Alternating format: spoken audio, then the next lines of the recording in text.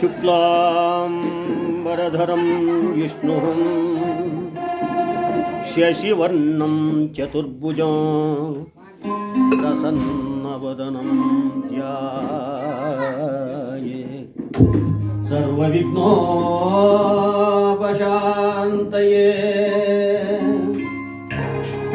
हगजा आनन पद्मार्गो गजाननमगर्निशो अनेकदन्तं भक्तानां एकदन्तमुपास्महे।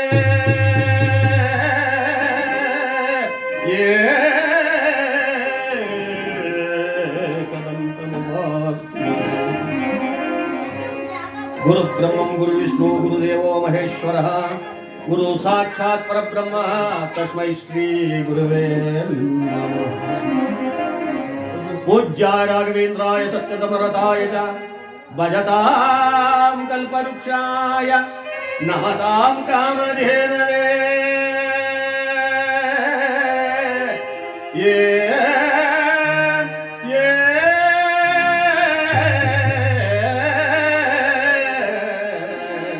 नमता कामधेनवे। नमः सूर्याय चंद्राय मंगलाय च बुधाग्रु शुक्राय शनिभ्यां राघवे केतुवे नमः। श्री रघुकुलाम्बिचन्द्रं राजीवलोचनं रमणीयगात्रं चारुतरचरित्रं चतुराननविधं भानुवंशविराजितं श्रीरामचन्द्र नमस्ते।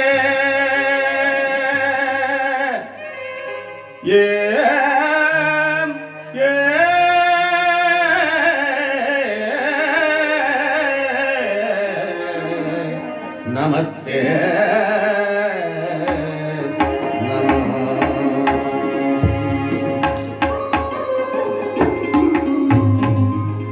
विजय विनायकने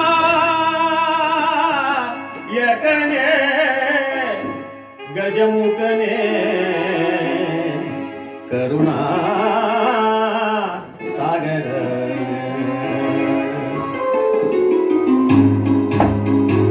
विजय विनायकने गजमुखने करुणा सागरने गजमुखने करुणा सागरने।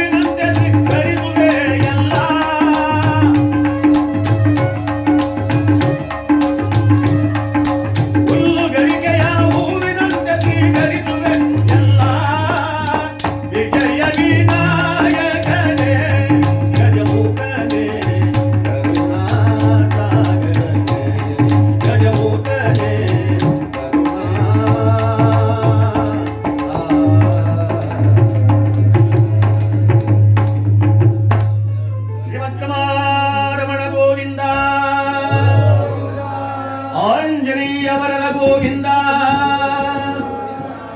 ಶನಿದೇವರ ಮಾನಕ್ಕೆ ಗೋವಿಂದ, ನವಗ್ರಹಗಳ ಮಾನಕ್ಕೆ ಗೋವಿಂದ, ಭಕ್ತರನ್ನು ಉದ್ಧಾರ ಮಾಡು ಗೋವಿಂದ. ಜಯ ನಮ ಪಾರ್ವತೀ ಪದಯೇ ಹರ ಹರ. ಕೀರ್ತನಾರಂಭ ಕಾಲದಲ್ಲಿ ಪ್ರಾಜ್ಞ ಮಹಿಳೆಯರಾಗ್ತಕ್ಕಂಥವರು ಕೃಷ್ಣ, ಹೇ ಕೃಷ್ಣ, ಮುಕುಂದ, ಕೇಶವ, ಅಚ್ಯುತ, ಆ ಅನಂತ, ಹೇ ಭಗವಂತ ಎಂಬುದಾಗಿ ಹಲವಾರು ಕೀರ್ತಿಗಳಿಂದ ಕೀರ್ತಿಸಿ ಆರಾಧಿಸಿ ಭಗವಂತನನ್ನು ಪೂಜಿಸಿ ಭಜನೆ ಮಾಡೋದಕ್ಕೆ ಹರಿಕಥಾ ಎಂಬುದಾಗಿ ಯಾವ ಮಹಾಜ್ಞಾನಿಗಳು ಅರ್ಪಣೆ ಮಾಡಿದ್ದಾರೆ. ಯಾವ ಜಗನ್ನಾಟ ಸೂತ್ರಧಾರಿಯಾದ ಪರಮಾತ್ಮ ಈ ಪ್ರಪಂಚದಲ್ಲಿ 84 ಲಕ್ಷ ಜೀವರಾಶಿ ಸೃಷ್ಟಿ ಮಾಡಿದ. ಈ 84 ಲಕ್ಷ ಜೀವರಾಶಿಗಳಲ್ಲಿ ಅಂಡಜ 21 ಲಕ್ಷ, ಪಿಂಡಜ 21 ಲಕ್ಷ, ಜಲಜ 21 ಲಕ್ಷ, ಜರಾಜ 21 ಲಕ್ಷ. ಈ ರೀತಿಯಾಗಿ 4 ಭಾಗವಹಿಸಿದ್ದಾರೆ. ಅಂಡಜವೆಂದರೆ ಮೊಟ್ಟೆಯಿಂದ ಹೊಡೆದು ಬರಿಯಾಗ್ತಕ್ಕಂತಹ ಜೀವಿಗಳಿಗೆ ಅಂಡಜವೆಂತಲೂ, ಪಿಂಡಜ ಅಂದ್ರೆ ಹಸು, ಮಾನವ, ಗರ್ಭಕ್ಕೆ ಪ್ರಾಣಿಗಳಿಗೆ ಪಿಂಡಜವೆಂತಲೂ, ಜಲಜ ಅಂದ್ರೆ ನೀರಿನಿಂದ ಈ ಬೆವರಿನ ಉತ್ಪತ್ತಿ ಆಗ್ತಕ್ಕಂಥ ಪ್ರಾಣಿಗಳಿವೆಯಲ್ಲ, ಇದಕ್ಕೆಲ್ಲ ಜಲಜ ಅಂತ ಹೇಳ್ತಾರೆ. ಜರಾಯುಜ ಅಂದ್ರೆ ಈ ಪ್ರಪಂಚ ಬೆಳೀತಕ್ಕಂಥ ಗಿಡ, ಮರ ಇತ್ಯಾದಿಗಳಿಗೆಲ್ಲ ಜರಾಯುಜ. ಈ 84 ಲಕ್ಷ ಜೀವರಾಶಿಗಳಲ್ಲಿ ಅತಿ ಶ್ರೇಷ್ಠವಾದ ಜನ್ಮ ಯಾವುದು ಎಂಬುದಾಗಿ ಪರಿಗಣಿಸಿ ನೋಡಿದಾಗ ಇದಕ್ಕೆ ಪುರಂದರದಾಸರು ಲೆಕ್ಕ ಕೇಳಿದ್ದಾರೆ. ದುರ್ಲಭಂ ಮಾನಸ ಜನ್ಮ,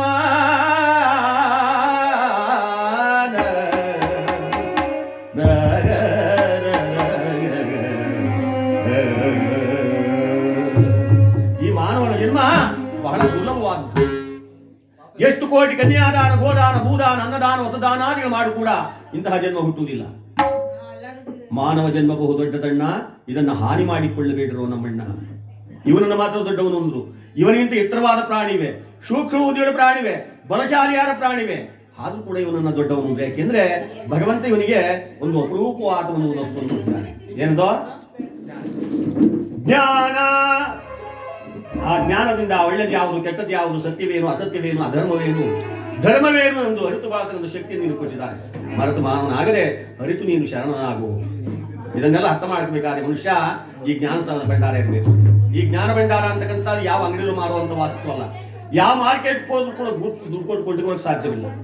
ಮನುಷ್ಯ ತಾನು ಜ್ಞಾನವಂತನಾಗಬೇಕಾದ್ರೆ ದೇಶ ಸುತ್ತಬೇಕೋ, ಕೋಶ ಓದಬೇಕೋ, ದೇಶ ಸುತ್ತಾಡಬೇಕು, ಇಲ್ಲವೇ ಕೋಶವನ್ನು ಓದಬೇಕು. ಆಗ ಮಾನವನಿಗೆ ಜ್ಞಾನ ಪ್ರಾಪ್ತಿ ಆಗುತ್ತೆ ಅಂತ ಹೇಳಿದ್ದಾರೆ. ಈ ಅಲ್ಪಾಯುಷ್ಯವಂತ ನಾವುಗಳು ದೇಶ ಸುತ್ತಲಿಕ್ಕಾಗ ಸಾಧ್ಯವಿಲ್ಲ, ಕೋಶವನ್ನು ಓದಕ್ಕೂ ಸಾಧ್ಯವಿಲ್ಲ. ಹೇ ಮಾನವ, ನೀನು ಈ 3 ಪದವನ್ನಾರು ಅರ್ಥ ಮಾಡಿಕೋ. ಯಾವ ಪದಗಳನ್ನ? ತಿಳಿ, ಹುಳಿ, ಕಳೆ. ತಿಳಿ ಅಂದ್ರೆ ಈ ತೆಳ್ಳತಕ್ಕಂಥ ನೀರಲ್ಲ. ಈ ಹುಳಿ ಅಂದ್ರೆ ಈ ಸಾರ್ಗಾಕ ಮುಸಕ ಎಲ್ಲ ಕಣವ. ಕಳೆ ಅಂದ್ರೆ ಗದ್ದೆ ತೋಟದಲ್ಲಿ ಬೆಳೆತಕ್ಕಂಥ ಸತ್ಯ ಅಲ್ಲ. ತಿಳಿ ಹಲವಾರು ರಾಮಾಯಣ, ಮಹಾಭಾರತ, ಹಲವಾರು ಸತ್ಯಸಂಧರ ಚರಿತ್ರನ, ಭಗವಂತನ ಲೀಲೆಯನ್ನ ನೀನು ಕೇಳಿ ತಿಳಿ. ನಿನ್ನ ಜೀವನದ ನೆಲೆ ಯಾವುದೆಂಬುದನ್ನು ತಿಳ್ಕೊ. ಹುಳಿ, ಹೇ ಮಾನವ, ನೀನು ಪಟ್ಕೊಂಡು ದುಡ್ಡು ಏನೋ ನುಡ್ತಿದೀಯೋ, ತೋಷಕ್ಕೆಲ್ಲ ಬೇಕಾದಷ್ಟಿದೆ. ಹೊಲಾನೊಂದು, ಮನೆಯೊಂದು, ಮಠಾನೊಂದು, ಹೆಂಡತಿ, ಮಕ್ಕಳು, ಬಂಧುಗಳು, ಬಾಂಧವರು, ನೆಂಟರು, ಇಷ್ಟರು, ಸ್ನೇಹಿತರು ಲೆಕ್ಕ ಹಾಕೊಂಡು ಹೋಗ್ತಾರೆ. ದೊಡ್ಡ ಪಟ್ಟಿನೇ ಆಗುತ್ತೆ. ಆದ್ರೆ ನೀನು ಈ ಲೋಕವನ್ನು ಬಿಟ್ಟು ಹೋದಾಗ ಯಾಕೆ ಬಡದಾಟಿ ತಮ್ಮ ಮಾಯೆ ನೆಚ್ಚಿ, ಸಂಸಾರ ನೆಚ್ಚಿ, ನೀನೋಗೋದರಿಯ ತಮ್ಮ ಕಣ್ಣ ಮುಚ್ಚಿ ಮಣ್ಣ ಮುಚ್ಚಿ.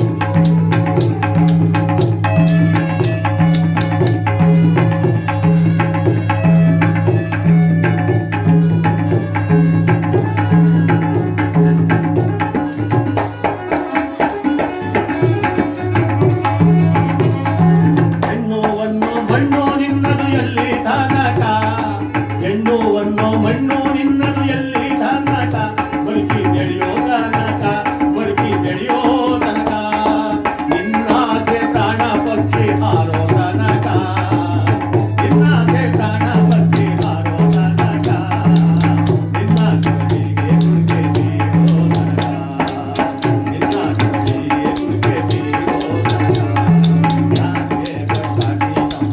ಯಾಕೆ ಪಟ್ಟಾಟಿ ತಮ್ಮ ಮಾಯೇಕೆ ಸಂಸಾರ ನಿತ್ಯೆ ನೀನೋ ಗೋದರಿಯೇ ತಮ್ಮ ಮೂರ್ತಿ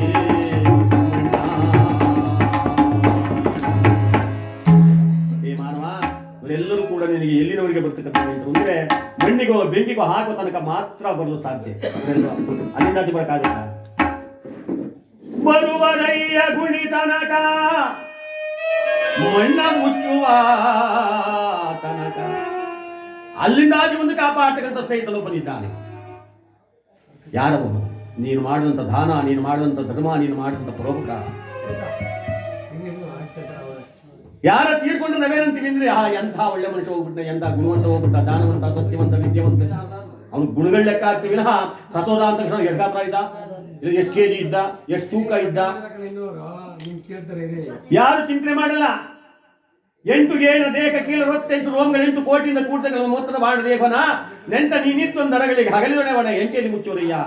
ಎಂದಾದರೂ ಒಂದು ದಿನ ಮಣ್ಣಿಗೋ ಬೆಂಕಿಗೋ ಹೋಗ್ತಕ್ಕಂಥ ಈ ದೇಹದಲ್ಲಿ ಯಾವ ಫಲಪುರುಷಾರ್ಥಗಳಿಲ್ಲ.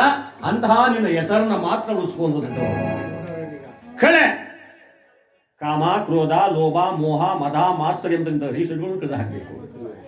ಪರಸ್ತ್ರೀಯರ ನಕ್ಕ ತಂಗಿಯರಂತೆ ಭ್ರಮಿಸೋ ಪರರ ಸತ್ತನ ಮಣ್ಣಿನ ಗೆಡ್ಡೆ ಎಂದದಿ ನೋಡೋ.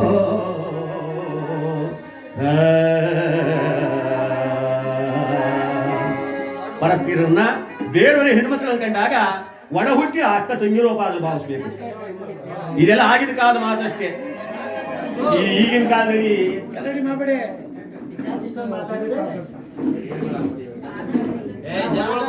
ತಪ್ಪೇನ ಅವ್ರಿಗೆಲ್ಲ ಬಿಡಿ ಸೀಟನ್ ಗುದ್ದಾಟ. ನಾವು ಕೆಳಗಿಂದ ಹಿಡಿದು ಮೇಲ್ಗಂಟ ನಾವು ನೋಡಿದ್ರು ಕೂಡ ಸೀಟನ್ ಗುದ್ದಾಟ್ರಿ.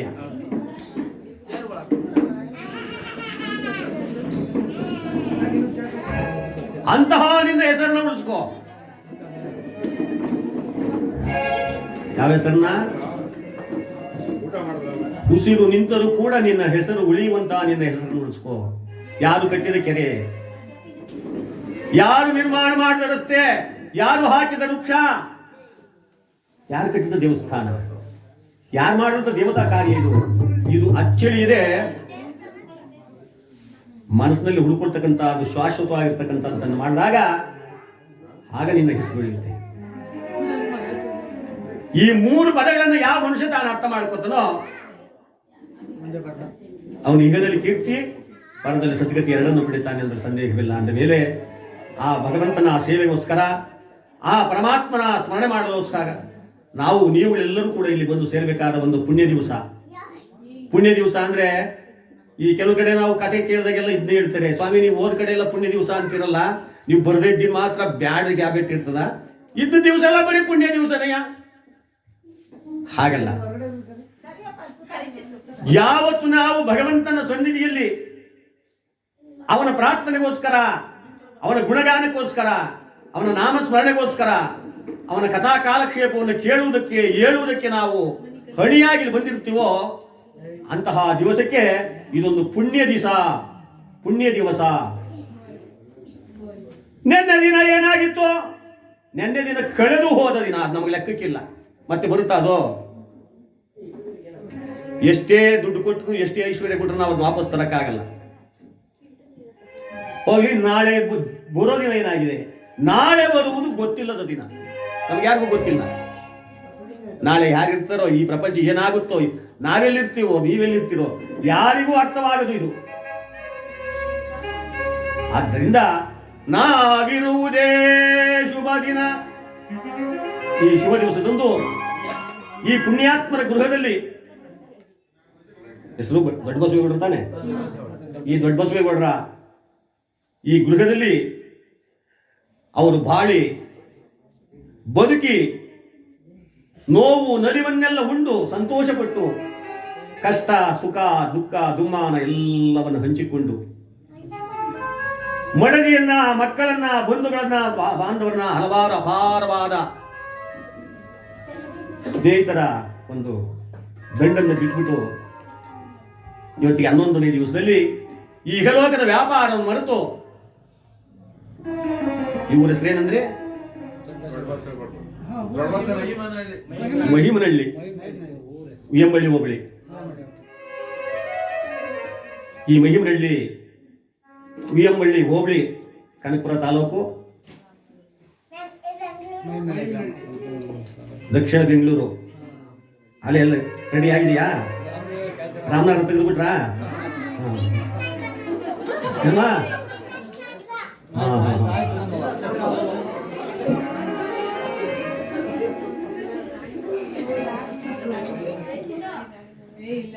ಈ ಪವಿತ್ರವಾಗ್ತಕ್ಕಂಥ ಈ ಗೃಹದಲ್ಲಿ ನೋಡಿ ಎಂತೆಂತ ಪುಟ್ಟ ಪುಟ್ಟ ಮೊಮ್ಮಕ್ಕಳನ್ನ ಎಲ್ಲರನ್ನು ಬಿಟ್ಟು ನಾವೆಲ್ಲ ಇಲ್ಲಿದ್ದೀವಿ. ಆದ್ರೆ ಅವರಿಲ್ಲಿಲ್ಲದರೂ ಕೂಡ ಭಗವದ್ಗೀತೆಯಲ್ಲಿ ಒಂದು ಶ್ಲೋಕ ಬರುತ್ತೆ, ಯದಾ ಯದಾ ಹಿ ಧರ್ಮಸ್ಯ ಜ್ಞಾನಿರ್ಭವತಿ ಭಾರತಃ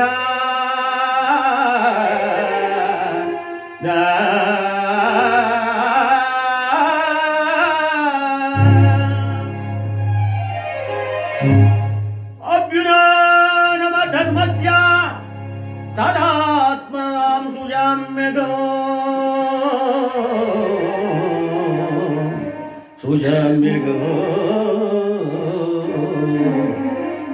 ಯದಾ ಯದಾ ಹಿ ಧರ್ಮಸ್ಯ ಜ್ಞಾನಿರ್ಭವತಿ ಭಾರತಃ ಅಭ್ಯುದಾರ್ವ ಧರ್ಮಸ್ಯ ತದಾತ್ಮನಾಂ ಸುಜಾಮ್ಯಕಂ ಪರಿತ್ರಾಣಾಯ ಸಾಧೂನಾಂ ವಿನಾಶಾಯ ದುಷ್ಕೃತಂ ಧರ್ಮ ಸಂಸ್ಥಾಪನಾರ್ಥಾಯ ಸಂಭವಾಮಿ ಯುಗೆ ಯುಗೆ ಅಂದಾಗಿ. ಧರ್ಮವು ಯಾವತ್ತು ನಮ್ಮ ಈ ಪ್ರಪಂಚದಲ್ಲಿ ಕ್ಷೀಣವಾಗಿ ಅಧರ್ಮವು ಯಾವಾಗ ತಲೆ ಎತ್ತಿ ತಾಂಡ್ಯವಾಡಲು ಶುರುವಾಗುತ್ತೋ ಭಗವಂತ ಆಗಾಗ್ಗೆ ಆಯಾಯ ಅವತಾರಗಳನ್ನ, ಆಯಾಯ ಲೀಲೆಗಳನ್ನ ತಾನು ನಿರ್ಮಾಣ ಮಾಡಿಕೊಡ್ತಾ ಇರ್ತಾನೆ, ಉದ್ಭವಿಸ್ತಾ ಇರ್ತಾನೆ. ದುಷ್ಟ ಶಕ್ತಿಗಳನ್ನ, ದುರ್ಮಾರ್ಗಿಗಳನ್ನ, ದುರ್ಜನಗಳನ್ನ, ದುರ್ನಡತೆಗಳನ್ನ ದೂರ ಮಾಡಲು ಭಗವಂತ ತಾನು ಅವತಾರವನ್ನು ಮಾಡ್ತಾನೆ ಅನ್ನೋದ್ರ ಸಂದೇಹವೇ ಇಲ್ಲ. ಯದಾ ಯದಾ ಹಿ ಧರ್ಮಸ್ಯ ಜ್ಞಾನಿರ್ಭವತಿ ಭಾರತಃ ಅಭ್ಯುದಾರ್ವ ಧರ್ಮಸ್ಯ ತಥಾತ್ಮನಾಂ ಸುಜಾಮ್ಯಕಂ ಪರಿತ್ರಾಣಾಯ ಸಾಧೂನಾಂ ವಿನಾಶಾಯ ದುಷ್ಕೃತಂ ಧರ್ಮ ಸಂಸ್ಥಾಪನಾರ್ಥಾಯ. ಆ ಧರ್ಮವನ್ನು ಉಳಿಸುವುದಕ್ಕೆ ನಾನು ಅವತಾರ ಮಾಡುತ್ತೀನಿ ಅಂದ ಹಾಗೆ ಅಂತಹ ಅಧರ್ಮವನ್ನ ಓಡಿಸಲೋಸುಗ, ಧರ್ಮವನ್ನು ಉಳಿಸಲೋಸುಗ ಭಗವಂತ ಅವತಾರ ಮಾಡ್ತಕ್ಕಂಥ ಹಲವಾರು ಕಥೆಗಳಿವೆ. ಹಲವಾರು ಕಥೆಗಳಲ್ಲಿ ಇವತ್ತಿನ ದಿವಸಕ್ಕೆ ಈ ಗೃಹದಲ್ಲಿ ನಮ್ಮ ದೊಡ್ಡ ಬಸವಯ್ಯನವರು ಆತ್ಮಕ್ಕೆ ಶಾಂತಿಯನ್ನು ಕೋರಲೋಸುಗ ಯಾವುದಾದ್ರೂ ಒಂದು ಮೋಕ್ಷದ ಗತಿಯನ್ನ, ಸ್ವಾಮಿ ಕಥೆ, ಶನಿದೇವ ಕಥೆ ಬೇಕಾಗಿಲ್ಲ. ಮೋಕ್ಷದ ಕಥೆ ಅಂದರೆ ಜಟಾಯು ಮೋಕ್ಷ, ಶ್ರೀರಾಮ ವೈಕುಂಠಾರೋಹಣ, ಪಾಂಡವರ ಸ್ವರ್ಗಾರೋಹಣ, ಇಂತಹ ಕಥೆಗಳಲ್ಲಿ ಯಾವುದಾದ್ರೂ ಒಂದು ಕಥೆಯನ್ನು ತಾವು ಅಪ್ಪಣೆ ಕೊಟ್ಟರೆ ಹಾಡು ಸಿದ್ಧವಾಗಿದ್ದೀವಿ. ದಯಮಾಡಿ ಅಪ್ಪಣೆ ಕೊಡಬೇಕು.